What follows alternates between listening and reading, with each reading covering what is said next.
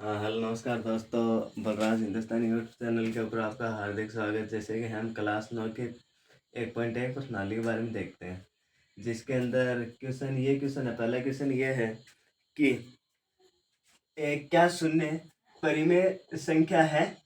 क्या शून्य परिमेय संख्या है? तो इसका उत्तर हम लिखेंगे। पहले का आंसर आपके पास हो जाएगा हाँ, शून्य एक परिमेय संख्या है। क्या परिमेय संख्या है? अब इसके बाद में क्या है, इतना उत्तर तो हो गया। क्या इसे हम पी बटा क्यू के रूप में लिख सकते हैं? तो हम लिखेंगे, इसे हम पी बटा क्यू के रूप में लिख सकते हैं। इसे पी बटा क्यू के रूप में लिख सकते हैं। इतना हो गया। जहां पी और क्यू तो क्या है, पूर्णांक है, और क्यू का मान 0 नहीं है, नॉट इक्वल टू 0, मतलब कि 0 इसका हो ही नहीं सकता क्यू का मान, ये हमें पता है। तो इसका हम उदाहरण के लिए क्या ले लें? उदाहरण के लिए 0। अब हमें ये कह दिया कि क्यू का मान आप 0 नहीं ले सकते, पी का मान ही हम ले सकते हैं। पी का मान हम क्या ले सकते? 0/1, 0/2, 0/3, आगे डॉट डॉट चले तो हम 0/n ले लेंगे। n क्या है? n यहाँ पूर्णांक है, p क्या है यहाँ? पूर्णांक। ठीक है, ये था। इनमें से आप उदाहरण के तौर पे मतलब कि 1 लिख दोगे तो भी आपका आंसर क्या माना जाएगा? सही माना जाएगा, गलत नहीं माना जाएगा। ठीक है, ये था हमारा पहला क्वेश्चन। दूसरा क्वेश्चन क्या पूछ रहा है कि 3/5 और 4/5 के बीच, सॉरी ऊपर वाला देखो, 3 और 4 के बीच में 6 परिमेय संख्या लिखिए। किसके बीच में? 3 और 4 के बीच में। दूसरा देखो, दूसरे का उत्तर क्या हो जाएगा? उत्तर हो जाएगा 3 और 4 के बीच में कितनी परिमेय संख्या लिखनी है? 6। तो मतलब कि सबसे पहले तो हम क्या करते हैं इसको, मतलब कि जो भी हमारे पास की वैसे संख्या उसको परिमेय संख्या के अंदर चेंज करेंगे। परिमेय संख्या के अंदर चेंज करेंगे तो क्या करते हैं, इसके अंदर 1 का भाग लगा दें। 3/1 और 4/1 हो जाएगा। अब देखो, अब हम इसके अंदर और क्या कर सकते हैं इसके बीच में, तो यहाँ क्या आ गया और। अब हमें इसको क्या करना है, 6। 6 में हमें कितनी परिमेय संख्या बतानी है? 6। 6 में एक और जोड़ देंगे, कितनी परिमेय संख्या हो जाएगी? 7। अब इसको ऊपर नीचे हम 7 से गुणा करते हैं। हम ऊपर नीचे अगर किसी भी संख्या को गुणा करते हैं तो वो की वो संख्या रहती है, हमें कोई भी चेंज उसके अंदर नहीं मिलता है। ठीक है, ये हम पढ़ते हैं। तो देखो हम ये लिख सकते हैं कि इसको 3/1 गुणा 7/7। 7 से 7 काट दो, क्या बचेगा? 3/1। 3 के अंदर 1 का भाग लगा, क्या रहने वाला है? 3। ठीक है, और क्या हो जाएगा? और 4/1 गुणा 7/7। अब क्या होगा? 7 ये 21, 7 ये कितना हो गया? 21, और 7 एकम 7, और इतना हो गया। और के बाद में देखो, 7 चौक 28, 7 चौक 28, 28/7 एकम 7 हो गया। अब हमारे पास संख्या कौन कौन सी है, ये सबसे पहले तो ये देख लो। संख्या हमारे पास देखो 21/7, ये तो हमारे पास पहले से ही है। अरे ये तो हमारे पास पहले से ही है, तो क्या हो जाएगा?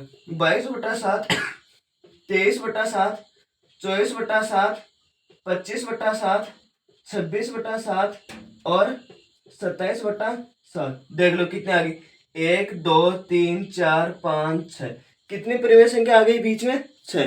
तो ये हमारे से कितने पूछ रहा था? 6। सही तो पूछ रहा है। मतलब की बात ये है कि जितने भी परिमेय संख्या पूछे उनमें एक जोड़कर उससे ऊपर नीचे गुणा कर देना है। कोई भी इसके अंदर कुछ भी करना है नहीं। अब इसके बाद में हमारे पास क्वेश्चन तीसरा स्टार्ट होता है। तीसरा क्या है? 3/5 और 4/5 के बीच में परिमेय संख्या कितनी लिखनी है? 5। 3/5 और 4/5 के बीच में, तो हमें हमारा उत्तर ये हो जाएगा 3 नंबर का। 3 नंबर का उत्तर होगा। तो क्या है कि 3/5 और 4/5 कितनी परिमेय संख्या लिखनी है? कितनी लिखनी है? 5। 5 में एक जोड़ोगे 6, मतलब कि आप मतलब कि 10 से जितने भी गुणा करोगे उनसे क्या है, 5 लिख देना। मतलब कि आपकी बुक में तो ये 10 से किया हुआ गुणा, पर हम यहाँ कितने से कर देते हैं? 5 से कर देते हैं। 5 में एक जोड़ेंगे, कितना बन जाएगा? 5 + 1 = 6।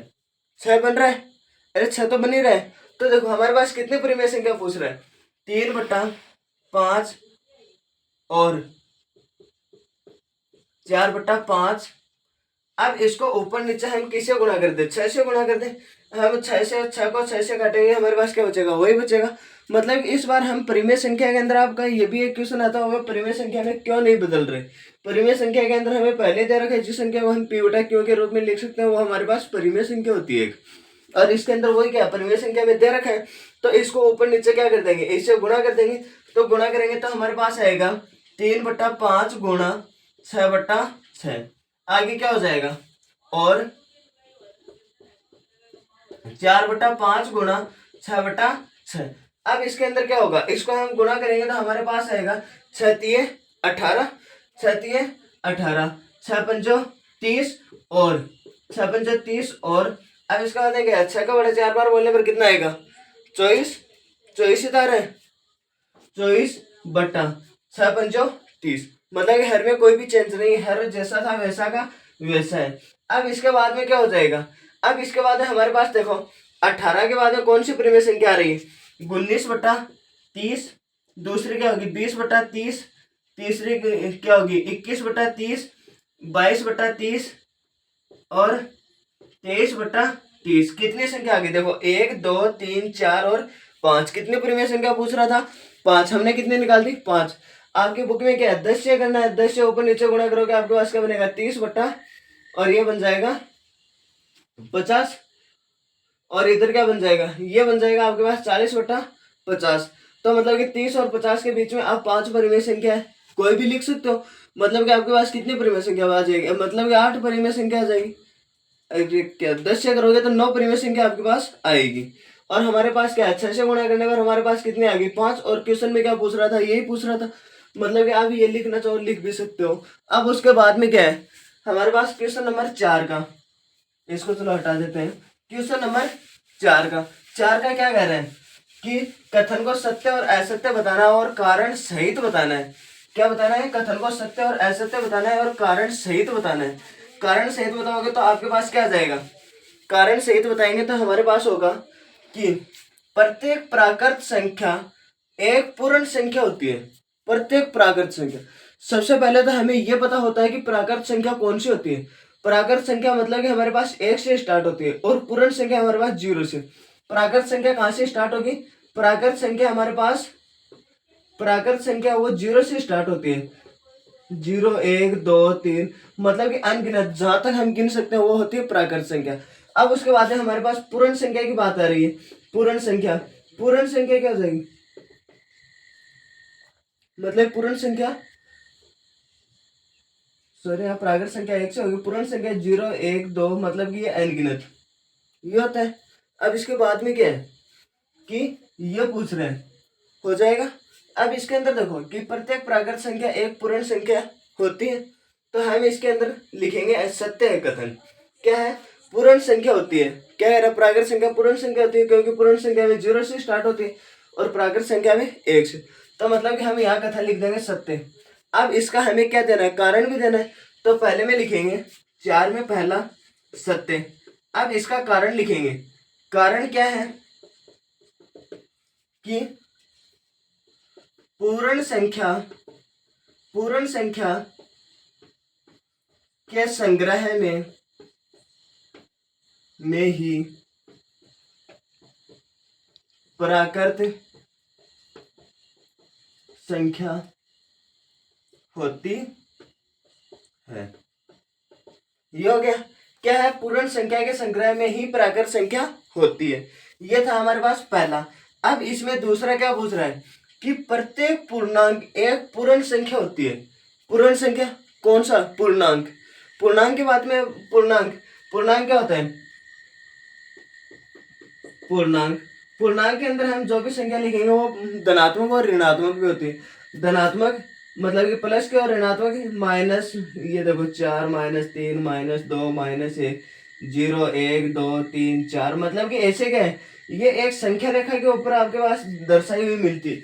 मतलब कि ये, मतलब कि ऋणात्मक तरफ भी क्या होती है, मतलब कि अनंत तक चलती है और धनात्मक की तरफ भी अनंत तक चलती है। मतलब कि आप संख्या रेखा जैसे भी बनाओगे तो आपके पास ऐसे संख्या रेखा देखने को मिलती है, ऐसे देखने को मिलती है। मतलब कि आप ये नहीं कह सकते कि हमने जितना पॉइंट बनाया है यही संख्या का समाप्त होगी, नहीं होगी। तो इसके अंदर हमारे पास क्या लिखेंगे कि मतलब कि ये हो गया, मतलब प्रत्येक पूर्णांक पूर्ण संख्या तो नहीं है, क्योंकि इसके अंदर क्या होता है, ऋणात्मक भी होता है। तो मतलब कि ये हमारा कथन है वो असत्य हो गया, ये हो गया असत्य। असत्य है तो इसका कारण लिखेंगे। कारण क्या हो जाएगा कि पूर्ण संख्या के संग्रह में ऋणात्मक संख्या नहीं होती है, पूर्ण संख्या में ऋणात्मक थोड़ी होती है, नहीं होती। अब इसके बाद में क्या है, तीसरा क्वेश्चन देखो। तीसरा क्वेश्चन क्या कह रहा है, तीसरा क्वेश्चन है कि प्रत्येक परिमेय संख्या एक पूर्ण संख्या होती है, प्रत्येक परिमेय संख्या एक पूर्ण संख्या होती है। प्रत्येक परिमेय संख्या देखो, ये परिमेय संख्या जिसको भी हम पी बटा क्यू के रूप में लिख सकते हैं, वो क्या होती है, ये इसमें होता है, पूर्ण संख्या बता रहा है। और पूर्ण संख्या परिमेय संख्या के अंदर तो हम मतलब कि माइनस में भी ले सकते हैं, माइनस के अंदर 7/2, मतलब कि ये हो गया -7/2, जो क्या होगा -8/4। ये मतलब कि हमारे पास कभी भी परिमेय संख्या होगी, पर ये पूर्ण संख्या नहीं हो सकती। क्या नहीं हो सकती, पूर्ण संख्या। तो हम क्या लिख सकते हैं इसको हम ये लिख सकते हैं, ये कथन भी हमारा क्या है, असत्य। ये कथन हमारा क्या है, असत्य। तो इसके अंदर हम क्या लिखेंगे, असत्य। और कारण देंगे इसका, कारण क्या देंगे, कारण दे देंगे पूर्ण संख्या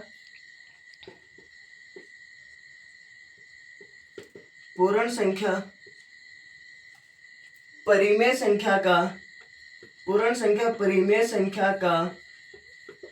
संख्या का एक छोटा सा भाग है। या तो आप ये लिख सकते हो, या फिर क्या लिख सकते हो कि ये होगा पूर्ण संख्या है जिसको हम परिमेय संख्या को हम पी बटा क्यू के रूप में लिख सकते हैं, और प्राकृत संख्या को हम पी बटा जो क्या है ऋणात्मक पी बटा क्यू के रूप में नहीं लिख सकते। ये हो सकता है। Thank you so much. अगर वीडियो पसंद आए तो लाइक शेयर सब्सक्राइब।